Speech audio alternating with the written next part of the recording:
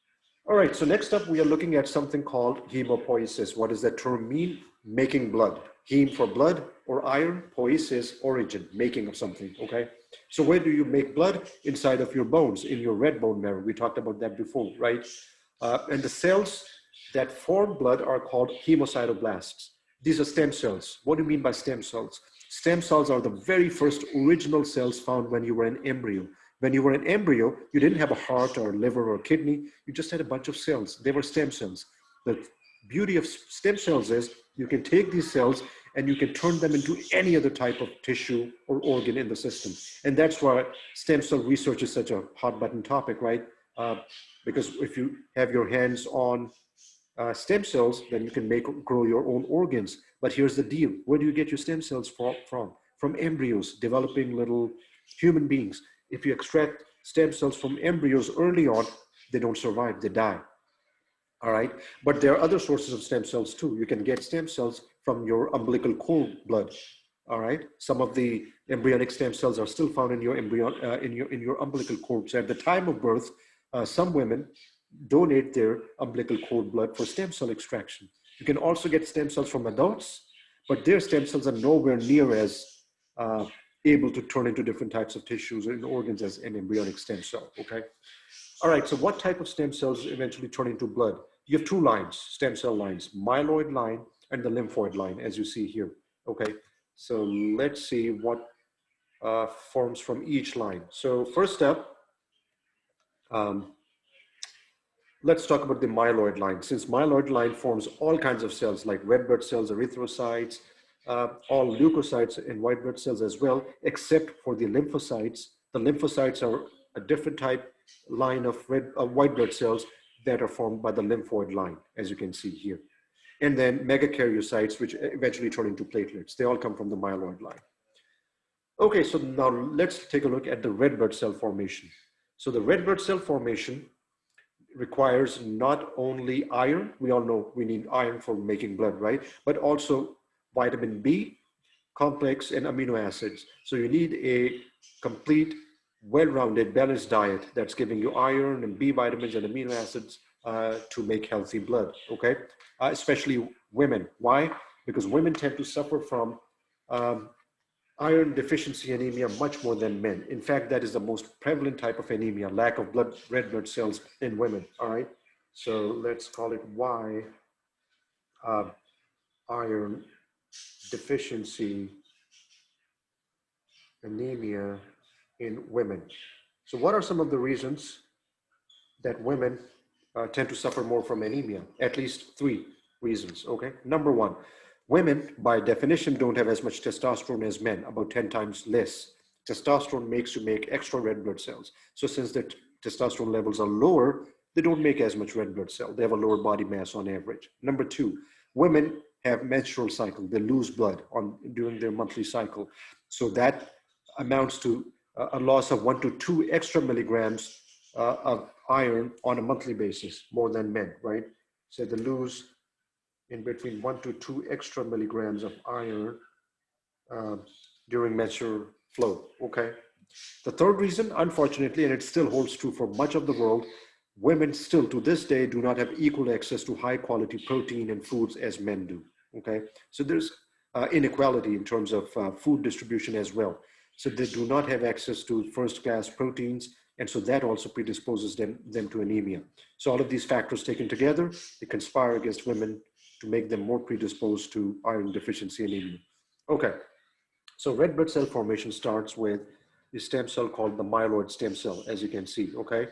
And you need to give it some growth factors, such as what is called the multi-colony stimulating factor. That's a protein that will cause the myeloid stem cell to further develop into something called the proerythroblast. At this point, it's a rather large red blood cell and it still has a nucleus. It's not mature yet. Then that turns into an erythroblast where it becomes a little smaller and it starts making hemoglobin. What is hemoglobin? It's an iron containing protein which is red in color. That is the protein that imparts the red crimson color to your blood.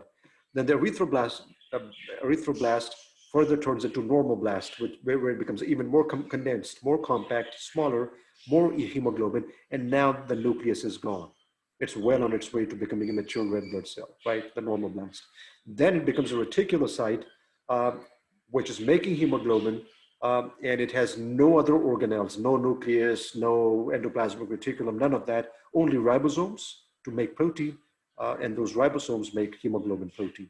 And then finally, it turns into a mature erythrocyte, red blood cell, where even the ribosomes have deteriorated. So you have no organelles left inside there. Okay, how about the white blood cell formation, something called leukopoiesis, as you can see here. So what are the different types of white blood cells?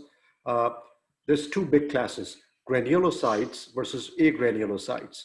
Now, the cells that are called granulocytes are called that because if you look at their cytoplasm inside of the cells, you have little sand particle-like granules.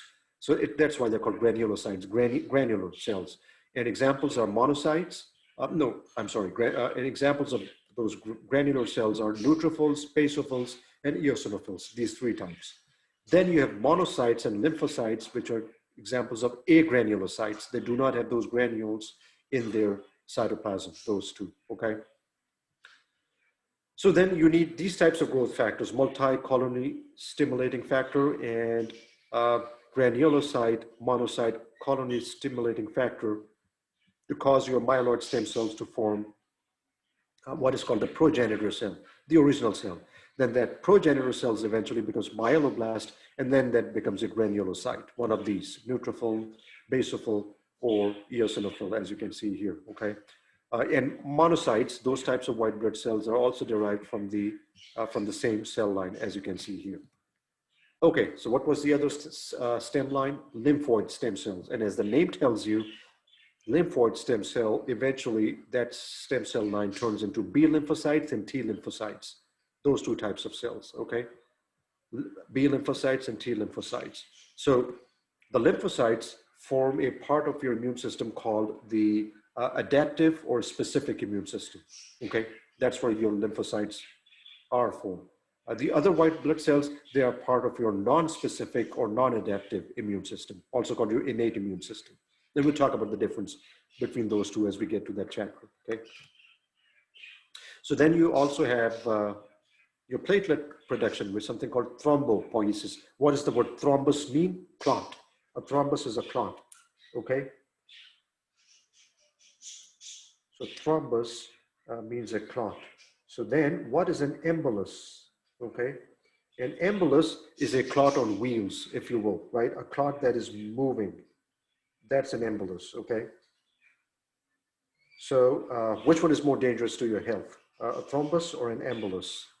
The answer obviously here is embolus because a clot is confined to one blood vessel. Maybe you have a blood clot, but it's still stuck to your calf vein or someplace, all right? So it's just, it might cause some pain and swelling and redness, not really life-threatening at that point. But as soon as you start moving or you massage your leg or something and that blood clot breaks off, now it's circulating with your blood. It's a clot on wheels. It's a ticking time bomb. It's going to go and get stuck at the narrowest blood vessel that it comes across. And those narrowest blood vessels are often found in your heart in the form of coronary blood vessels or in your brain in the form of cerebral blood vessels. If that blood clot gets stuck in your heart, you have a heart attack, myocardial infarction at your hands. If it gets stuck in your brain, you have a stroke at your hands. If they get stuck in your lungs, you have a pulmonary embolism going on there at that point, okay? Right, so megakaryoplasts are those cells that will eventually form megakaryocytes, which are platelets. And the function of platelets is to cause your blood to clot. They form a platelet plug. We mentioned that before, right? All right, so in this picture, you can look at the stem cells. Starts right over here, right? So this is your blood stem cell, the primordial cell in the embryo. It turns into two lines, a myeloid line here and a lymphoid line here. The myeloid stem cell line, when stimulated with the right types of growth factors, turn into red blood cells. These steps for erythropoiesis, and then your platelets, thrombopoiesis, and through these steps, and most of your white blood cells, which is called leukopoiesis here. This is the granulocyte line, which will eventually form neutrophils, basophils, and eosinophils, and the monocyte line, which will eventually form monocytes. And then, on the other hand, you also had the lymphoid stem cell line, which will turn into the B cell and the T cell lymphoblast and lymphocyte lines, okay? So this tells you how your blood forms. And where is it all forming? In your red bone marrow. Here you can look at a vertebra. This is your backbone, right? And you see how it's red over here? That's the red bone marrow. This is where the blood is forming. So here you can see platelet formation. It takes place at the ends of your long bones. This looks like your humerus, like your arm bone, or maybe the femur, which is your thigh bone. So at the ends of those bones, where there's a lot of red blood marrow, that's where you form these cellular elements. Okay, so let's focus on your red blood cells a little bit more. So red blood cells are thick, heavy, compact. They do not have a nucleus. They contain a iron-containing pigment and protein called hemoglobin. They have a biconcave structure, disc structure, almost look like little pancakes, right? And they can stack and line up in a single file, something called rouleau formation, as we see here. So what that means is they're able to squeeze into tiny little crevices of your body, which is needed because you need to carry your oxygen to all parts of the body, right? So this is what your typical red blood cell looks like, the donut shape, or what you call a biconcave disc. There is no nucleus inside of them. You can see it's packed with hemoglobin just to carry oxygen. And here you can see a picture inside of your blood vessels. See how your red blood cells are clumped together like a bunch of pancakes or clumped together? That's rouleau formation, right? They can literally line up single file to squeeze into small places to provide oxygen there. All right, so what about hemoglobin? Now, hemoglobin is, again, the red oxygen-carrying protein that transports gases and found in your red blood cells, okay? So this is what your hemoglobin typically looks like, okay? It has 4 globin chains. Globin is a type of protein, again, which comes from eggs, right? The egg protein globulins. So you have an alpha-1 globin chain and alpha-2 globin chain. Similarly, you have a beta-1 globin chain and a beta-2 globin chain. Each has 1 molecule of heme. This red stuff here, that's iron, which is, so you have 4 iron atoms attached to these 4 heme molecules here. All right, so each hemoglobin molecule carries 4 iron atoms attached to it, as you can see here. An ion in the center, right here, okay? This is all protein, and this is iron attached to heme, as you can see. Okay, so then what is erythropoietin? Erythropoietin is a hormone which is secreted by your kidneys, and look at the name, erythropoietin. It causes your red blood cells to pick up, all right? So erythropoietin is also given to patients in hospitals in the form of a synthetic substance called epogen. Epogen is the brand name for erythropoietin. So what types of patients do you guys think need red blood cells? Cancer patients. Most of these cancer patients, especially bone cancer or blood cancers like leukemia and lymphoma, what these cancers do is they destroy the red bone marrow of these patients. Most of them are on radiotherapy and chemotherapy as well. Both radio and chemotherapy also destroy red blood cells. So these patients suffer from anemia because of the cancer itself, and the cancer treatment also causes anemia. So they are given epogen or erythropoietin to stimulate more red blood cell formation, okay? So that's what it is. It comes from your kidneys.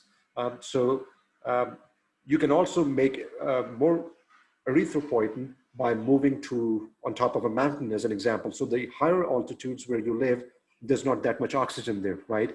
So how your body responds to low levels of oxygen is by making extra erythropoietin.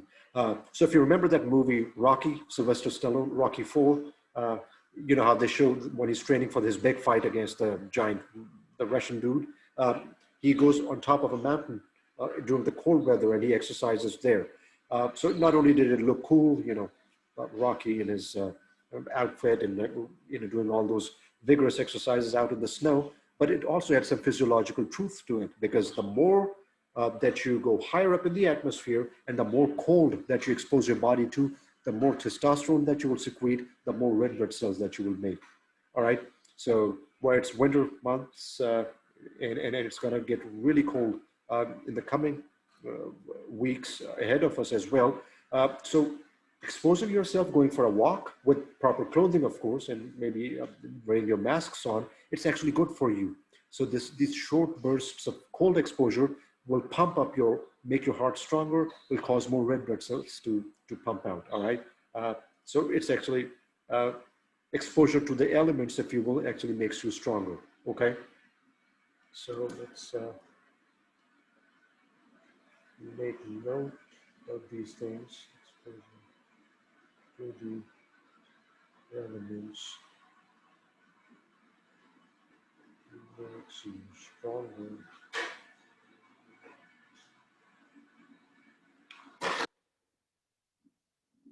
Okay. All right. So that is what erythropoietin is all about, right? So here you can see there's their kidneys, and when the kidneys are stimulated, either because of low oxygen or too much testosterone or whatever, they respond by secreting extra erythropoietin, which causes your red blood cell formation to pick up. Okay. Blood doping. How do you do it? You do it like Rocky, right? No, he wasn't. Well, I don't know if he was blood doping or not, but a lot of people do. So what blood doping is all about, classically what you do is uh, you're looking forward to a competitive athletic event and you want to outperform your rival. What you do is you go to a blood bank and you donate about a few pints of your blood and they store it in the blood bank. Okay. So how does your body respond to this blood loss? By stimulating more erythropoietin production in your kidneys, and that's going to cause more and more red blood cell to be formed. So you've already started, coaxing your body into making more red blood cells. But that's not all. Now you take a flight or drive out to a high place. You go to the Colorado mountains or someplace, some high altitude place, and you start working out there. So now your body secretes even more testosterone and even more erythropoietin, and your red blood cell starts to build up, right? So now your blood is becoming more viscous and thick with all of this extra red blood cell that's been producing, that's been produced there. So you do this for about 6 weeks or something, and then 2 days just before the major event is to happen, you come back down to your hometown, wherever that event is taking place. You drive under the cover of darkness to your blood bank, and you have those people retransfuse your pre-donated blood back into your system. What have you just done? You have created uh, a temporary Superman inside of you. Now your blood thickness, your hematocrit, your blood viscosity is anywhere from 8 to 10 times thicker than a normal person, right? Because you worked out on the high mountains, you got that extra red blood cell mass, and then on top of that, you got your pre-donated blood retransfused into you. So what's the result? When it comes time for the competition, you're going to outrun, outlift, outperform your more mortal, normal, physiologically normal competitor. No questions there, right? But you are also 20 to 50 times more likely to drop dead on the competition floor and pass away because of a heart attack or a stroke or kidney failure because your blood was that much more thick. It was putting a lot of strain on your heart, congestive heart failure. Your kidneys were having to filter out all of that thick stuff, kidney failure, uh, and burst arteries in the brain. And that is why testosterone replacement therapy, which was all the fad a few years back, everyone was getting testosterone gels and patches and injections and whatnot, till people started falling dead with heart attacks and strokes. And so nature was telling them, be natural, right? If you're 80 years old, you're not supposed to be performing in the bedroom and the boardroom like a 20-year-old. You have done that function long before. You're still an 80-year-old granddad, right? You don't need the testosterone levels of your 20-year-old self. Because if you try to do that, uh, guess what? Strokes and heart attacks and all of that, right? And blood clots, basically. Thromboembolism is what it's called. On top of that, your youthful performance has nothing to do with your testosterone levels. It has everything to do with your age and with your brain, the chemistry of your brain, all right? Even if you inject all the testosterone in the world in your system at 70 or 60 or whatever, it's not reversing the brain aging that is taking place with time. It's not going to give you the same buzz as you did when you were 20. Okay, there is no replacement. There's no going back in time. There's no such thing as anti-aging, right? Reversing aging. It's a fantasy that a lot of people buy into in the pharmaceuticals business and spend billions of dollars on this stuff. It doesn't happen. Okay, so let's talk about TRT for testosterone replacement therapy and strokes uh, and myocardial infarctions and kidney failure, right? And then aging brain and testosterone supplements. Okay. So make the most of what you have. Just stay healthy, normal, healthy diet, healthy exercise at every age. Okay.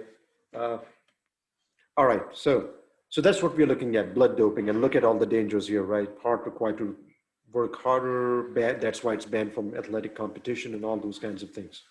Okay. So what happens to your red blood cell towards the end of their life? What happens to them is, and how uh, what is their lifespan? It's about 120 days, right? So that's 4 months. They get recycled. They get broken down and recycled in your spleen and liver. But how do they get recycled? Okay. So when they get broken down, the heme and the globin separate out. The globin is a protein. The protein is recycled to make more protein, more red blood cells, right? Now the heme portion, as you can as you can see here, is further metabolized. So what happens to your heme? The iron from your heme is transported by a protein called transferrin, as you see here, to your liver. In your liver, this iron from your hemoglobin is stored in the form of something called ferritin and hemosiderin. Ferritin and hemosiderin. All right, those are two types of iron storage forms in your liver. Now, this is another danger with blood doping. If you have too many red blood cells, because you were taking testosterone or blood doping or whatever, what happens to that extra red blood cell mass when it gets broken down? All of that extra iron in your system, it gets transported to your liver by transferrin, and now you have high levels of iron-rich ferritin and hemosiderin in your liver, and this high iron in your liver actually damages it, okay? So this is actually called hemochromatosis.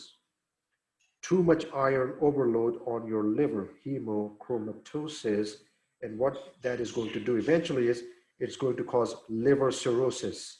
Cirrhosis of liver. The liver shrinks, it dies, it becomes hard and nodular. The same thing that happens in someone who's been drinking alcohol massively, right? Alcoholic liver damage, same thing. So now you have just screwed up your liver as well, thanks to your anabolic steroid use, okay? So hemochromatosis. All right. Uh, so then this ferritin is also stored in your liver and spleen, and some of it is retransported back to your red bone marrow, and it helps more red blood cells to be generated, okay? All right, so that was your iron. What happens to the heme, the pigment? Heme, which was a red pigment, is taking up these macrophages, which literally means cell eaters. These are large white blood cells that they're like Pac-Man. They're like Pac-Man. They eat up all pathogens, germs, diseases, all those kinds of things. So the heme group goes to your macrophages and it's converted into a green pigment called biliverdin, like from verde, right? It's like green in Spanish. So biliverdin is this green pigment that heme is converted into. And then biliverdin is further converted into a yellowish fluid pigment called bilirubin, okay? And this bilirubin gets transported to your liver by the protein called albumin, and then your liver uses this bilirubin to make bile. Bile is this greenish, bitter fluid that helps you break down and digest and emulsify fats in your food. That's what it does, okay? Some of this bilirubin then is also converted to something called urobilinogen in your small intestine, and urobilinogen is then further, some of it is converted in your intestine to stercobilin, and that is what gives your stools this brownish, yellowish color. It comes from stercobilin, which is found in the bilirubin, which comes from bilirubin, which is a part of your bile, which your liver is making to digest fats. And then some of it gets converted into urobilin, and that you excrete out with your urine, and that's why your urine is this yellowish color. That's the urobilin. It is all from bilirubin. Now, what happens when you have too much bilirubin in your system? That's when you develop jaundice. You know, in jaundice, your skin turns yellow, your eyes turn yellow. That's because of too much bilirubin. So hyperbilirubinemia, too much bilirubin equals jaundice, okay? Now you guys can tell me what can cause too much bilirubin. There's many different reasons, right? Maybe you have too many red blood cells, blood doping, all of that, polycythemia, too many red blood cells popping open, too much bilirubin, jaundice. Or you have a blockage in your bile flow. You have like a stone in your gallbladder or something, which is stopping this bile from flowing into your intestine. All of this bilirubin is pouring out, jaundice, right? So there's many different reasons why you might have high levels of bilirubin in your blood, okay? All right, so next up, we're looking at anemia, which literally means a lack of red blood cells in your blood. And there's different types of it and different reasons. What are some of the common signs and symptoms in someone who's anemic? They look pale.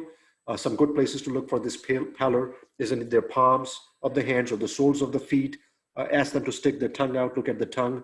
Ask them to look up and pull down on the lower eyelid and look for the redness in the eyes. They look pale. Look at the nail beds. If they look more pale than pink, anemia. And they also, those are some of the signs that you can check for. As far as symptoms, they are this shortness of breath, they tire out easily, just going up a flight of stairs and they start like feeling out of breath, anemic, okay? Women tend to suffer from this more than men. And we talked about some reasons why that might be the case, okay? All right, so what are some different types of anemia? Let's take a look. The first one given here is something called aplastic anemia, okay? Now, aplastic anemia is a result of some type of damage to your red bone marrow, okay?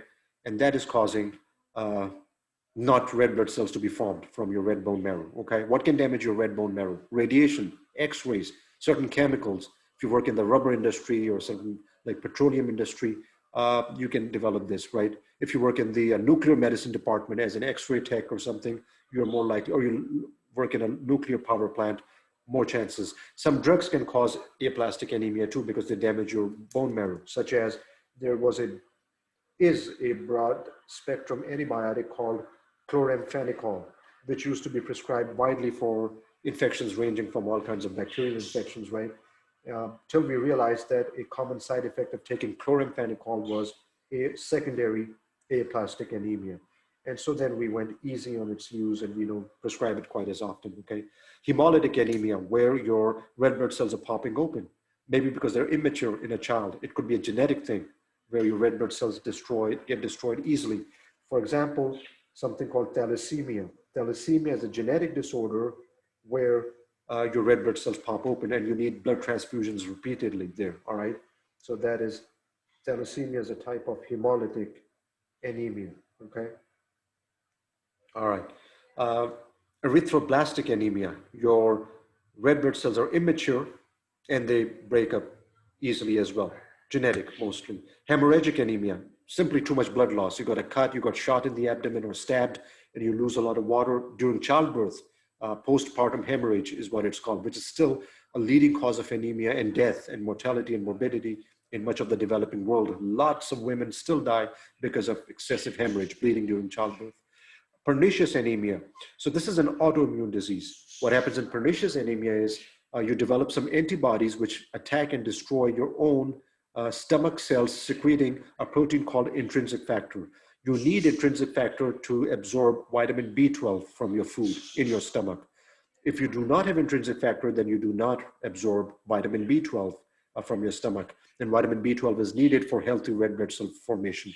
So pernicious anemia is a lack of intrinsic factor because of an autoimmune reaction. So you're not absorbing vitamin B12 from your food and you're anemic. How do you treat it? Giving them iron pills will not do anything.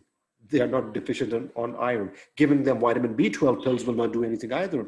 Because guess what? You can give them all the vitamin B12 that you can, but they simply do not have the intrinsic factor to absorb the vitamin B12 into their blood.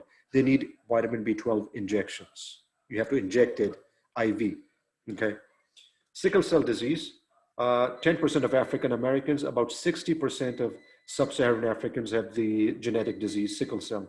So what happens here is their red blood cells change their shape from a nice rounded biconcave disc to like a sickle. Sickle is that sharp instrument used for gardening and those kinds of things. So they become sickle shaped. And so this causes extreme pain because these sickle shaped red blood cells literally tear through the blood vessels and there's not enough oxygen being carried either. All right. So that's sickle cell disease. All right, so next up we are looking at blood types and what that is all about. All right, so humans have 4 types of blood, right? Type A, type B, type AB, and type O. So what's that all that about? And all of these are basically genetically derived blood types. You get your blood type from your parents, your ancestors, right? So what does it even mean? What does that mean that you have blood type A as an example? All it means is that the genes that you've inherited from your parents uh, give you a specific type of protein on your red blood cells like this shape here, and that's called type A protein. So now you're type A blood, right?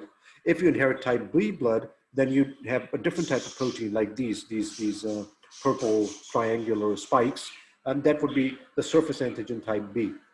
If you inherit type AB from your parents, then you have both type A and type B antigens on your red blood cells like this. Or you might have inherited type O blood from your parents.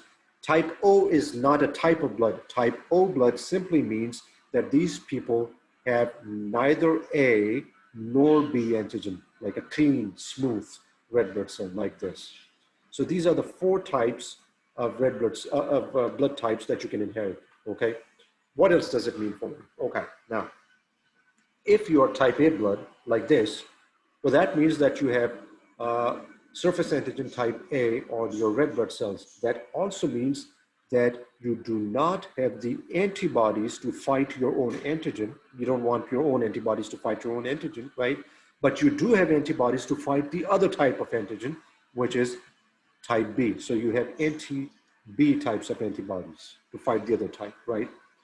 If you're born with type B blood, which means you have this antigen B, that means that you do not have the antibody to fight your own antigen. So you do not have anti-B antibody, but you do have anti-A antibodies to fight the other type of blood, that is. So that's why if you transfuse someone with who is blood type A with type B blood, it's going to be disastrous because these anti-B antibodies are going to attack the foreign blood, cause those red blood cells to pop open. Now you have hemolysis going on, kidney failure, and all those kinds of things, okay? All right, so what happens with type AB blood? So these people have both type A and type B antigens, which means they have no antibodies to either. They have neither anti-A nor anti-B antibodies. What that means is they can get blood from all of the blood types. They have no antibodies to fight either A or B. They can get blood from type A, they can get blood from type B, they can get blood from type O. So these people, type AB people, are called universal recipients. Universal recipients. They can receive blood from all blood types. Okay, all right. Next, move on to the last type here, which is type O. What does that mean? They have neither type A nor type B antigens, but they have antibodies to both A and B type. What does that mean? They cannot receive blood from any other blood type other than other blood type O people. Why? Because if someone with blood type A gave them blood, then this anti-A type of antibody is going to destroy it. If they get blood from someone with blood type B, then this anti-B antibody is going to destroy it. If they get blood from someone with type AB blood, well, then both of these antibodies are going to attack him, right? The only option that they have is to get blood from their own type, blood type O. But on the other hand, they can, since they have neither A antigen nor B antigen on their blood cells, they can donate their blood to all of the blood types. It's safe for type O people to give their blood to all of the blood types. Therefore, they are called the universal donors. So the universal recipients, type AB, and universal donors, type O. That's one thing that becomes clear looking at that picture, okay? But we're not done with all the antigens yet. We talked about blood type A, type B, and type AB, antigen A, antigen B, antigen AB. There's a fourth type of antigen, which is called the Rh factor for rhesus. And they call the rhesus factor because they were first discovered in the rhesus monkey. It's a species of monkeys, right? The rhesus, so therefore the name, Rh factor from the rhesus monkey. Okay, so sometimes also called surface antigen D, as you can see. All right, so what's the deal with Rh factor? Now, 80% of people in the world, amongst the world population on average, do have the Rh factor. So in other words, they are Rh positive, okay? So if you do have the Rh factor on your red blood cells, and so that means you're Rh positive, so that means someone who is blood type O, okay, what does that tell you if someone is blood type O? They do not have either the A or the B antigen. But if you tell them, well, I'm type O positive, what does that tell you? that even though the person is blood type O, which means they do not have the A or B antigen, but they are positive for the Rh factor. So they would be Rh, so they would be O positive. The positive, they do have the Rh factor. About 20% of the world population does not have the Rh factor, so they are Rh negative. So if someone tells you that I'm O negative, that means they have none of the antigens. They don't have A antigen, they don't have the B antigen, they do not have the Rh antigen either. So they are O negative, okay? Now, O negative people are the true universal donors. They can give the blood to all of the blood types, okay? Blood type AB positive are the universal recipients. They can receive blood from all of the blood types, okay? All right, so think of it as this way. Negatives can donate blood to everyone, to both positives and negatives, okay? They can, but can only receive from other negatives, okay? On the other hand, positives can donate only to other positives, right? But can receive from both positives and negatives, okay? So in that sense, O negative are the true universal donors. They can give to everyone safely. And AB positives are the true universal recipients. They can receive from everyone without any problems, okay? So there you go, all right? So in other words, if someone is blood type A negative, who can they donate their blood to? If someone is A positive, they can donate their blood to another A positive, right? And they can donate, and they can receive blood from both A positive and A negative, and also from O negative, right? They can receive blood from all of them, but they can donate their blood to another A positive, and they can also donate their blood to AB positive, okay? So this is basically what the entire ABO blood type and the Rh positive and Rh negative blood typing is all about, okay?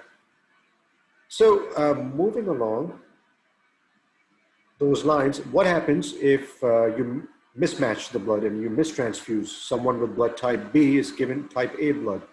Well, their anti-A antibodies are going to attack and destroy the A blood, and so all of this hemoglobin is going to pour out, and it's going to cause clogging of the blood vessels and kidney failure, organ damage, as you can see here, all right? So this is what's happening here. What if you have inadvertently done that? How would you prevent this transfusion reaction from happening? How do you treat it? You give the patient steroids, number one, because steroids dampen your immune response. So they dampen the number of antibodies attacking your blood cells, right? You give them steroids, and you also put IV fluids inside of these patients, because then that will help them urinate out all of the extra fluid, get rid of it, rather than the kidneys shutting down. The kidneys will be functional. So give them diuretics and IV fluids, and also give them steroids. That's how you treat transfusion reactions, okay? So if you mismatch blood, this is what you're going to end up with. Agglutination, which means clumping. You see how the blood is clumped up here? This was a mismatch. No clumping, this is a successful transfusion, as you can see, okay? Right, so talking along the lines of Rh incompatibility, okay?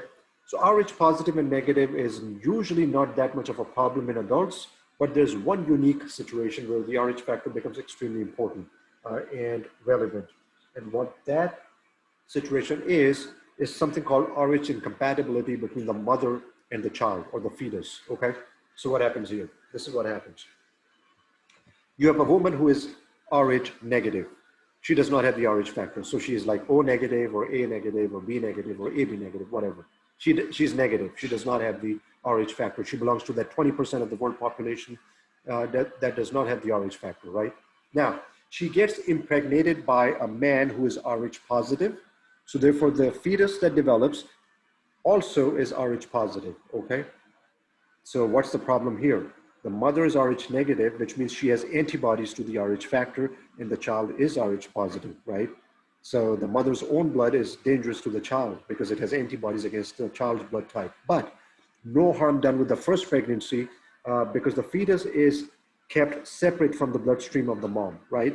So you have the placenta and you have the umbilical cord, but the blood never actually physically mixes with the fetal blood. The maternal blood is kept at a distance. There's a separation between the mother's blood and the fetal blood, all right? So all's well at that point. However, what happens at the time of childbirth? The placenta is ripped open, and then you cut the umbilical cord, and some of the fetal blood cells inadvertently escape into the mother's bloodstream. So how does the mother's blood react to this new onslaught of this foreign blood from the baby, which is already born? So the baby's already out, so he or she is safe now. But the mother's blood is now going crazy, making antibodies to anti-Rh antibodies to all of these foreign red blood cells from the baby that was just born, right? But this first baby is already out of the system. He or she is safe. Now, this mom gets impregnated again by the same man or some other man who is also Rh positive, and she conceives an embryo and a fetus that is Rh positive again. Now the situation is going to be very different because this mother also has trillions of preformed anti-Rh antibodies in her system waiting to attack this Rh blood type. So as soon as this Rh fetus starts to develop, all of those antibodies are going to go right across the placenta. They're IgG type antibodies which can pass across the placenta, and they will attack the child's red blood cells and destroy them. And what you have on your hands is quite a serious situation called erythroblastosis fetalis. In other words, you have an abortion, you have a miscarriage, you're going to pass out this bloody mucousy clump of tissue from your vagina, and this is what became of this fetus to be, erythroblastosis fetalis, sometimes also called hydrops fetalis. Okay, so the fetus looks like quite nasty. It gets all bloated up with blood and its organs all destroyed, and you pass it out. So erythroblastosis fetalis or hydrops fetalis is what happens here, okay? So what do you do if you have this situation? If you're Rh negative and you don't want to have something like erythroblastosis fetalis, don't sleep with a man who is Rh positive. No, I'm just kidding. You're not going to go around taking blood from young males and see if they're Rh positive or not, or refuse to sleep with them. Life would be no fun that way. But you do have something in the form of an injection called the RhoGAM injection, okay? And you can get one shot at 7 months of pregnancy, and you can get the other shot within 72 hours after birth. That's a RhoGAM shot, and that will prevent complications. So how does this work? What does the RhoGAM shot do? So you'll be surprised to learn that the RhoGAM shot is nothing but anti-Rh antibodies. So it seems counterproductive. Like, why would you give anti-Rh antibodies to the mom when those are the, antibodies that you're trying to prevent? Here's the deal. So when the first child was born, that's when these Rh factors, these blood cells from the fetus were introduced into the mother's bloodstream, right? If you give her RhoGAM during her first pregnancy at 7 months of pregnancy and within 72 hours after the first child is born, what are these antibodies going to do in the form of the injection? They're going to go into the mother's bloodstream and seek out any of the fetal red blood cells that have infiltrated into her bloodstream and destroy them ever before the mother's own immune system recognizes those antibodies and starts churning out trillions of her own antibodies. That's what you're trying to do. You're trying to destroy the target ever before the central command comes to know about the target and starts churning out all of these missiles to destroy it. That's what the RhoGAM shot does. It takes care of and clears up any of the remainder of the fetal red blood cells from the mother's system ever before she starts making more antibodies, okay? So ROGAM is the answer there. Okay, next up, we are looking at leukocytes, which are your white blood cells, right? So your white blood cells, they fight infections. They also come from your red bone marrow, like the rest of your blood cells. They show two uh, intriguing characteristics. One is called diapedesis, as you can see here. The other one is called chemotaxis. What does it mean? Diapedesis literally means squeezing through little cracks and crannies in your blood vessels to go out into your bloodstream, okay? It's kind of like if you have a pet cat or dog, like a wiener dog, dachshund, right? Or a cat, you see how they can like kind of squeeze themselves into these impossibly narrow crevices. That's what red blood, your white blood cells are capable of doing too. They can squeeze through little cracks and crannies in your blood vessels and join your bloodstream and be transported to a site of infection to where they can fight infections, right? So they're like cops on patrol, right? They are the patrol units. They're going across your bloodstream anytime there's a distress call because you just poked yourself with a needle or scratched yourself or something happened. So these chemical distress signals attract the white blood cells, which squeeze through your little blood vessels and join the line of attack, okay? So that's diapedesis. What is chemotaxis? Chemotaxis is the distress signals. Whenever you have an infection or a breach in your skin and some pathogens, some disease causing pathogens have entered your bloodstream, they release certain chemicals, distress signals to call the white blood cells to action. That's what chemotaxis is, okay? So this is what your leukocytes are made up of. These three types of granulocytes, which have granules in you can see the granules, the sand particles in the cytoplasm. So you have the reddish eosinophil, eosin means red, you have the bluish basophil, and then you have the neutrophil, which is the most abundant of all the granulocytes, of all the white blood cells actually. And then you have the agranulocyte, no granules you can see here, no sand. So you have the lymphocytes, which are like B and T lymphocytes, those, and then you have the monocytes, okay? So this is your white blood cell composition. So granulocytes have visible granules, that's why they're called that, and agranulocytes don't have them, right? So let's start with the granulocytes, and the most common of all there are the neutrophils, as you can see here, okay? So why are they called neutrophils? Because they're neutral. They do not stain, they do not color with either acidic dyes or basic dyes. They're neutral, so neutrophils, okay? The nucleus is multi-lobed, like many-lobed nucleus, as we saw in the picture, okay? And your neutrophils are your first responders, okay? Neutrophils are your first responders of the body. So wherever you have an infection, the very first white blood cells to report to duty would be neutrophils, the first responders, okay? And what they do is they basically eat up any germs or pathogens that they come across. They're like tiny Pac-Man again. They engulf and eat, literally eat up any disease-causing pathogens, okay? That's what we are seeing here. Phagocytosis, phagy, which means to eat. Cyte means cell, so cell eating is what they're doing. So when you have bacterial and chronic bacterial infections, like a abscess or some pus or something, that's when you have a sudden increase in your neutrophils and something called neutrophilia. Okay, so then what are eosinophils? They're reddish. They color reddish in color. 1 to 4% of your white blood cells are these type, okay? And what they do is they are usually increasing in number when you have worm infestation. And a whole lot of, according to some studies, every 1 in 3 people have worms in their intestinal tract and they don't know it, okay? Because their bodies have learned to coexist with these worms, which is a good thing, by the way, right? These worms, studies have shown that people who have worm infestation or worms in their system, they do not develop as many allergies and asthma. Worms protect against allergies and asthma. Allergies and asthma are more common in people who are extremely clean, right? They Lysol everything like the Western culture is, right? We are germaphobes, just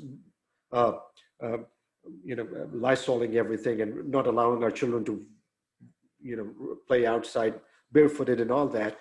So yeah, you are keeping them away from infections, but you're also not allowing their immune system to actually recognize normal pathogens in their environment. So what happens? That the next time that they come across even non-pathogenic things like dust particles or pollen, they have a full-blown immune reaction, and that is what allergy or asthma is. In developing countries, or back 100 years, and even in the United States, when we were allowing our children to go out and play in mud and sand and all that and get cuts and bruises, well, their immune systems were developing much better because uh, they were able to come in contact with these pathogens, and our immune systems learned to evolve and deal with them. Okay, so it has to be a balance, not too many infections, but not too little either. All right, so you have to hit the perfect balance here. So eosinophils will increase in cases of worm infestations. Okay, basophils, these are the rarest of all granulocytes. Less than 1% of leukocytes are those type. They have a bilobed nucleus. The nucleus looks like it has two lobes, violet granules within it. And what your basophils do is they secrete these two H's, histamine and heparin. Histamine is a substance that causes itching and redness, such as when you are bit by a mosquito or any bug bite. That redness and itching, histamine is causing it. Histamine also causes your blood vessels to leak, and so therefore a swelling at that point. It also secretes heparin. Heparin is an anticoagulant, which means it prevents your blood from clotting. Heparin is also used in hospitals to treat people with heart attacks because it's a clot buster. It opens up the blood clot so the blood can flow to your heart and so on, okay? And then so now move on to agranulocytes and lymphocytes. 20 to 40% of your white blood cells are lymphocytes in two varieties. They come T lymphocytes and B lymphocytes. Why are they called that? T lymphocytes mature in your thymus gland. If you remember thymus, we talked about it during the endocrine system discussion. That's where your T lymphocytes mature, okay? B lymphocytes mature in your bone marrow. So that's why the B, bone marrow, right? B lymphocytes. And then you also have natural killer cells there, and they do what their name suggests. They naturally kill pathogens, okay? So we take quick notes here. Allergies and asthma in modern times versus infections in the past. Okay. All right. So 2 to 8% of your white blood cells would be monocytes. You recognize them because they have a C-shaped nucleus, okay? C-shaped. Lymphocytes had a nice round nucleus, and then monocytes have more of a C-shaped nucleus. And what they do is monocytes turn into macrophages eventually. Macrophages literally means large cell eaters. Large cells, Pac-Man of the body. They eat up germs, as you can see here, okay? So some other disorders that can happen with your blood, leukopenia means a lack of white blood cells. What can cause a lack of white blood cells? Malnourishment, if you're not eating enough nutrients. Chronic stress will do it. Certain infections like HIV will destroy your white blood cells, right? Certain cancers like leukemias and lymphomas can do that too. Leukocytosis is the exact opposite when you have high levels of white blood cells. What can cause it? Interestingly, acute infections, right? Chronic means long-term infections. Acute means short-term infections. So they can cause, or stress can cause leukocytosis as well, all right? Neutrophilia is an increase in the number of your neutrophils. What can cause it? Acute infections again, right? So stress, bacterial infections, and you have neutrophilia, too many neutrophils. It's also called a left shift differential, which means too many neutrophils being produced, okay? Neutropenia is a lack of neutrophils. This, again, can happen because of radiation. Certain drugs can cause it, anemia in general, malnutrition, all of those things can cause neutropenia as well, all right?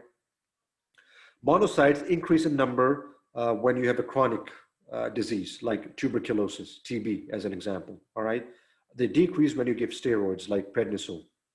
Steroids dampen your immune response generally. Basophils. Basophils increase when you have too much of your bone marrow producing white blood cells, such as in leukemia. Basophils will increase in cases of leukemia as well. And they will decrease with stress. Too much stress, basophil count goes down, as does the rest of your white blood cells, okay? Moving on to lymphocytes.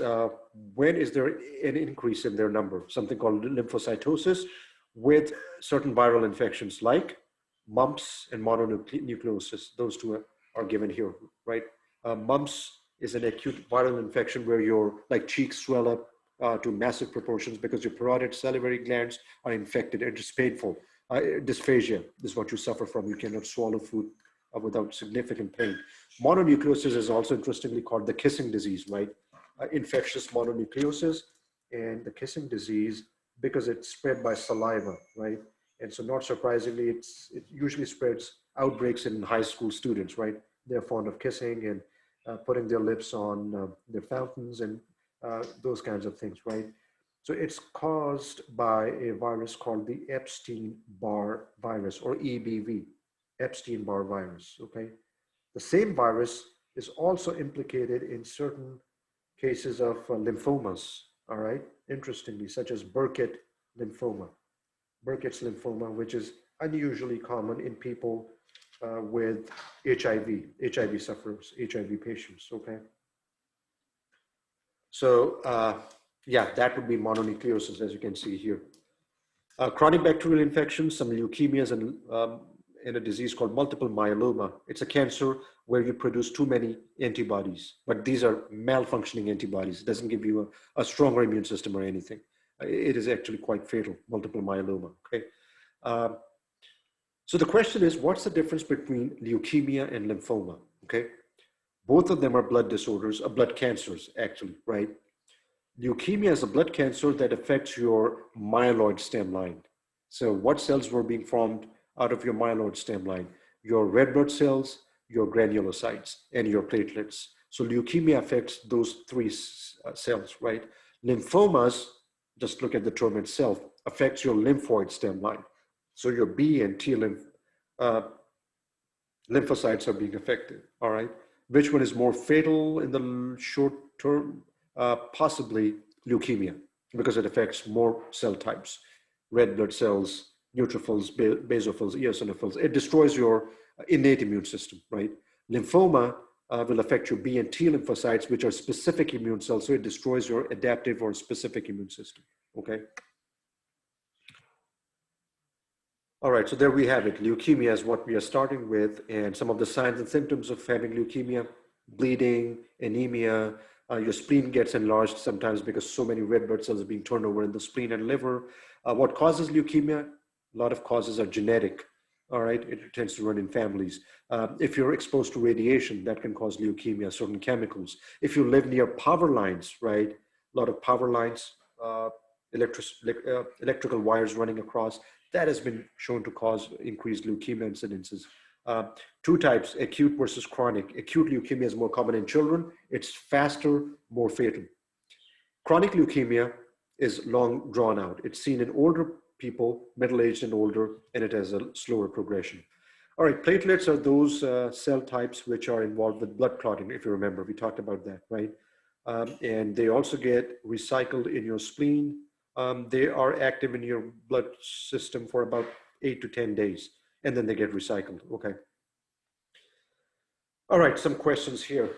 Describe the process of erythropoiesis. It happens in your red bone marrow, right? And then you have the stem cells, myeloid stem line, lymphoid stem line, so on and so forth. Then the erythroblast, proerythroblast, reticulocytes, and the mature red blood cells. What are the two main types of precursor cells for formed element development? Again, myeloid stem cells and lymphoid stem cells. What mature formed elements are derived from each? Myeloid stem line gives rise to granulocytes and platelets and erythrocytes or red blood cells, and the lymphoid line gives rise to the T and the B lymphocytes. What is the main function of an erythrocyte or a red blood cell? To carry oxygen and carbon dioxide. And in what ways is an erythrocyte designed to efficiently carry out its function? It's a biconcave disc, which gives it the most volume to surface area ratio to carry most oxygen, and they also don't have a nucleus. So that space is also used for oxygen carriage. How do transferrin and ferritin participate in recycling erythrocyte components? Transferrin and ferritin are the storage form of iron in your liver, right? And they're recycled to form more red blood cells. What are the structural and molecular differences between type A positive blood and type B negative blood? Type A positive blood means this person has type A antigen on their red blood cells, and positive means they're also Rh antigen positive, okay? Type B negative means they have the B antigen on the red blood cells, but not the Rh antigen, so B negative. What type of leukocyte may increase in number if you develop strep throat. Which one? Neutrophils. Remember, neutrophils are the first responders. In acute infection of the throat by the streptococcus bacteria, your neutrophils will increase in number. All right, so a person undergoes a routine blood test and is found to have a leukocyte count of 7,000 cells per cubic millimeter, and 60% of the cells are neutrophils. Is the individual healthy? No, he has neutrophilia, some kind of an acute infection going on. What is the general function of platelets? They help with blood clotting. They form platelet plugs. What is their lifespan? 8 to 10 days. We just looked at that. All right, so here we're talking about something called hemostasis, not homeostasis. Important difference, remember, all right? So this is one example where a little misspelling or mispronunciation will cost you some points, all right? Hemostasis versus homeostasis, two different things. Hemostasis will lead to homeostasis, that's something different, but they mean two different things. Homeostasis means maintaining constant internal conditions. We talked about that before, right? Like your temperature stays at 90.6 degrees Fahrenheit, your blood glucose levels range between 60 to 110 milligrams per deciliter. That's homeostasis. Same, standing still is what it means. Hemostasis means blood, stasis, stoppage, standing still. Hemostasis is blood stoppage. How do you stop bleeding excessively? That's hemostasis, okay? So how does it happen? In three stages, as you can see here. First, this knife or sharp instrument, whatever that is, it is cut into your blood vessels. You can see it here. So what that does is it instantly causes vascular spasm. Your blood vessel, your artery constricts. So less blood flows to this area to prevent blood loss, right? Vascular spasm. Second, you see these platelets, they're forming a plug here. So platelets come and they stick together to form this platelet plug so the blood does not escape too much. They form a platelet plug here. Third step is called the coagulation phase. This is where your actual blood starts to clot. Your red blood cells get trapped here, and the fibrin threads, fibrin again was that protein that comes from fibrinogen, your egg yolk stuff, and that makes this thick, sticky blood clot, preventing blood loss, okay? So there you have this. Vascular spasm. As soon as you have injury to your blood vessel, it spasms. It becomes more constricted, right? And so not much blood is released from there, okay? The greater the vessel damage, the more vasoconstriction. For example, if you cut your femoral artery or something, which is one of your main arteries, most vascular spasm would be seen there, okay? Then what happens, the second step is your platelet plug forms, okay? And your platelet plug is formed because something called prostacyclin is inhibited, right? What prostacyclin is? Prostacyclin is a fatty acid derived substance which prevents your platelets from plugging together. But this is the case under normal circumstances. The prostacyclin is preventing your platelets from sticking together, because if they did that, then you will have blood clots developing, right? But if you have any damage to your blood vessels, then prostacyclin is inhibited, and then your platelets can start forming a plug, as you can see here, okay? So what is thrombocytopenia? A lack of platelets. Some people have a lack of platelets. How do you know that you have a lack of platelets? You tend to bleed profusely, right? Platelet plugs don't form. What can cause a lack of platelets? Again, radiation, certain drugs can do it, right? And also it's genetic in many cases, such as something called ITP, which stands for idiopathic thrombocytopenic purpura. All right, idiopathic, meaning cause unknown. It's genetic, tends to run in families. Idiopathic, thrombocytopenic, there's a lack of platelets. That's what it means, cytopenic. Purpura, you develop these purple colored blotches on your skin because you tend to bleed haphazardly, randomly under your skin. So that's what it is, okay? So these kinds of things you have to think about. So the final phase is something called coagulation phase, right? Or actual blood clotting, which you see happening here. So how does that happen? Your fibrinogen protein from your plasma, right, which you get from egg yolk, that turns into this meshwork. It almost looks like a fishnet of protein called fibrin. Fibrin is like a fishnet. So it traps all of the red blood cells together, and so that forms a blood clot, right? It traps red blood cells, white blood cells, platelets, plasma proteins. That's a clot. That's coagulation. So fibrin forms a blood clot, all right? So for proper blood clotting, you need a number of things. You need calcium, you need clotting factors from your liver, you need platelets, and you also need vitamin K, all right?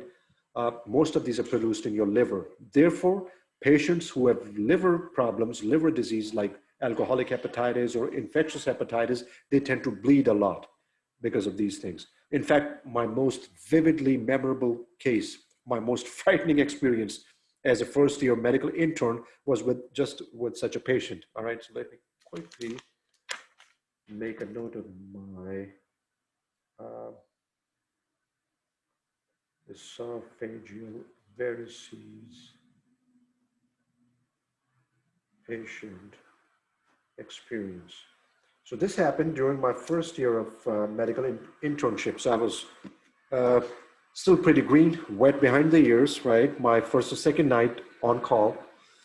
So this patient got admitted, and he was a frequent flyer, if you will, right? He was in and out of the hospital a lot, so there was a thick file on him. So I was going through his medical records. He was a 55-year-old middle-aged male, um, quite wasted, and he had a history of infectious hepatitis. He was a hepatitis C sufferer, a chronic one, and his liver function was very poor, right? And he would come in and out because his abdomen would swell up with fluid, again, because the liver was not working. He wasn't making all those plasma proteins. So a lot of ascites, uh, abdominal distension used to happen. So the doctors would aspirate the fluid, get the fluid out of his system so he could breathe easier, right? So I was assigned this case, and I was very fresh then. And my job was to take a complete medical history, as you should, right? And to perform a physical exam.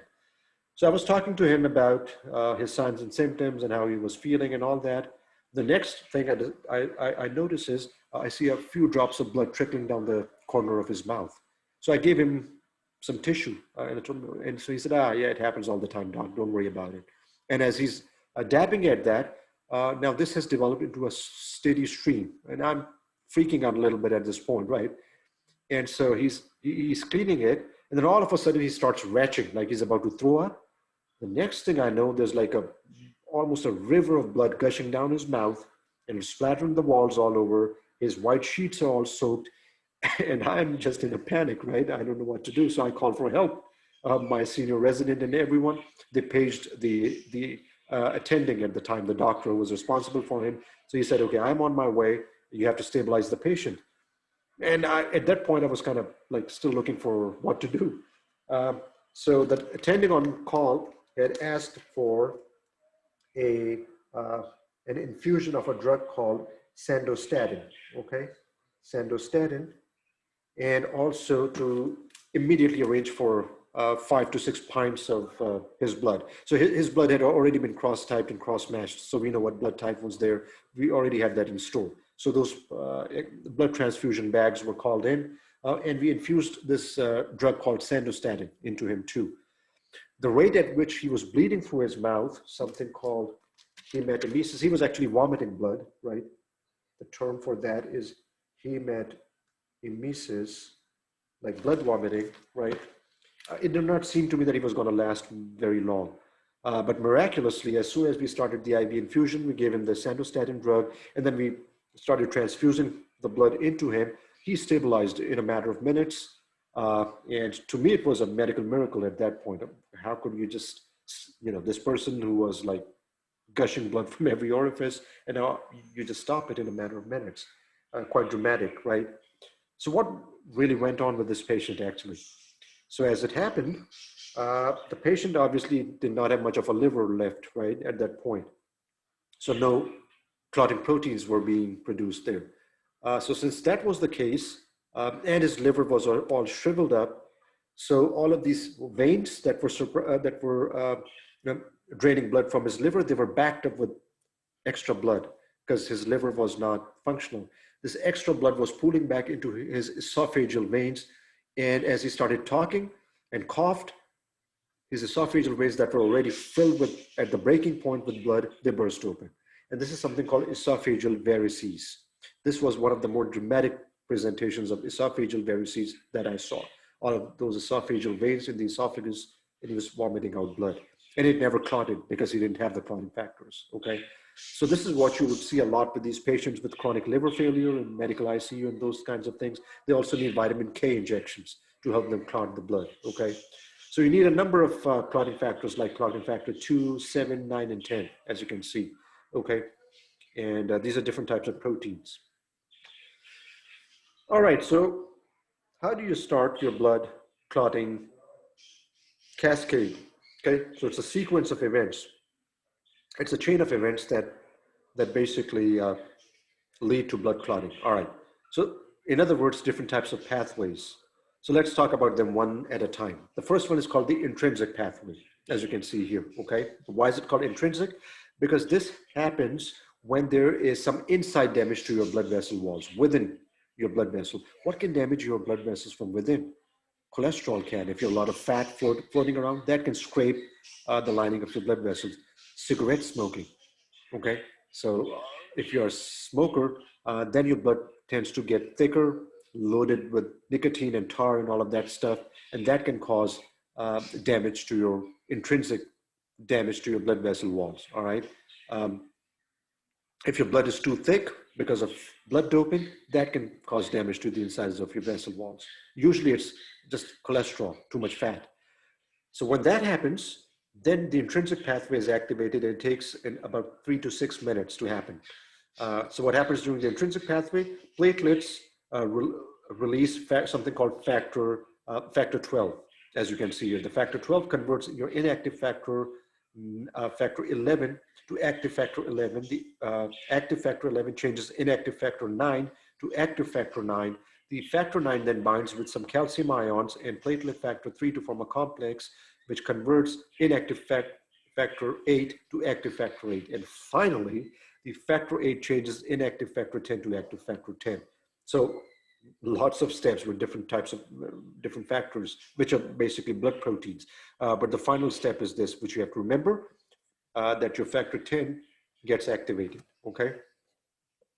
So that was your intrinsic pathway. Then you have an extrinsic pathway, which is activated when you have some outside damage to your blood vessels. What could be an example of an outside damage? You get a cut on your skin from outside. Somebody stabs you with a sharp, blunt object. That's extrinsic pathway damage, right? This one is much faster. If you have an extrinsic damage, this steps, there are only 2 steps here, and they take about 15 seconds, much faster than the intrinsic pathway. So what happens here is something called tissue thromboplastin is released from your damaged tissue, and it combines with factor 7 and calcium ions to form a complex. This complex converts inactive factor 10 to active factor 10. The end result is the same. Factor 10 gets, inactive factor 10 gets converted into factor 10, into the active factor 10, okay? And then finally, you also have something called the common pathway. And why is it called common pathway? Because this pathway can be reached at and activated by either extrinsic damage or intrinsic damage. There are 4 steps to the common pathway. So what are those 4 steps? Okay, factor 10 combines with factors 2 and 5, calcium ions and platelet factor 3 to form prothrombin activator. Prothrombin activator activates prothrombin to thrombin. Thrombin, these are all proteins, by the way. Thrombin converts soluble fibrinogen to soluble fibrin. Factor 13 is activated in presence of calcium ions, and factor 13 cross-links fibrin monomers into a fibrin polymer. So you're forming a network, like a fishnet of fibrin threads or fibrin fibers, and then they form a blood clot here, okay? All right, so intrinsic pathway, extrinsic pathway, common pathway, okay? The end result is the same. You form a blood clot. That's what we have to remember. And here you can look at both the intrinsic pathway here, the extrinsic there, then the common pathway, the 4 steps, and then the blood clot formation. Okay, so what happens when you're bleeding excessively, either internally because you have popped a gastric ulcer or your appendix, or even an ectopic pregnancy, which has burst open, right? Or external hemorrhage, like you got stabbed or shot or something, and then you're losing blood. If you lose greater than 10% of your blood, 10% of 5.5 liters on an average, then your sympathetic nervous system gets activated. Your sympathetic nervous system is your fight or flight nervous system. And what it does is it causes increased vasoconstriction. It's trying to stop bleeding, right? Your heart rate speeds up, and your force of heart contraction also increases. It's trying to maintain your blood supply as much as it can.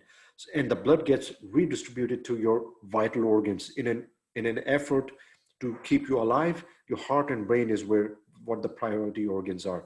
That's where most of the blood is diverted away from your guts, from your kidneys, from your muscles. The blood is diverted back to your heart and the brain. And this will maintain your blood pressure till you have lost about 40% of your blood. If you've lost 40% of your blood, it's all over. Then your heart goes into heart failure. There's simply not enough blood volume. So what's the lesson for you? Stop bleeding. When someone is bleeding, your first priority is to stop bleeding, to maintain as much blood volume as you can. What's your second priority? Transfuse blood or give them more fluid so you can retain the blood volume to that, at least that 40% level, right? Okay, so once you have formed a blood clot, then how do you get rid of it? Because you cannot have blood clot swimming around forever. That will cause more problems, right? So then the process that gets rid of a blood clot is called fibrinolysis, as you can see here. So now you are generating another protein called plasmin. Plasmin is anti-fibrin. What plasmin does is it degrades, breaks down fibrin within after 2 days of clot formation, and then slowly the blood clot dissolves because plasmin breaks down the fibrin, okay? So that's what you need. You need a complete balance between blood clotting and blood anticoagulation, all right? If there's a problem either way, if you're forming too much clots, then you have thromboembolism and you can get strokes and heart attacks and kidney failure. If you have no clot formation, then you can bleed to death. So it has to be a perfect balance. Now, as an example, COVID-19 infections, right? Now, what we see in a lot of these patients who got COVID-19 is haphazard clot formation. COVID-19 virus causes your immune cells to attack the blood vessels themselves and to generate blood clots. So COVID-19 and blood clotting. A lot of these patients have died because of blood clotting that started happening in their lungs and their heart, brain, and these blood clots cut out the blood supply because of COVID-19 infections, okay? So it doesn't have to be COVID-19. Any viral infection can cause an autoimmune response where your own immune cells start attacking your blood cells and your blood vessel walls, and you end up forming blood clots that cut out the blood supply to different parts of the body, okay?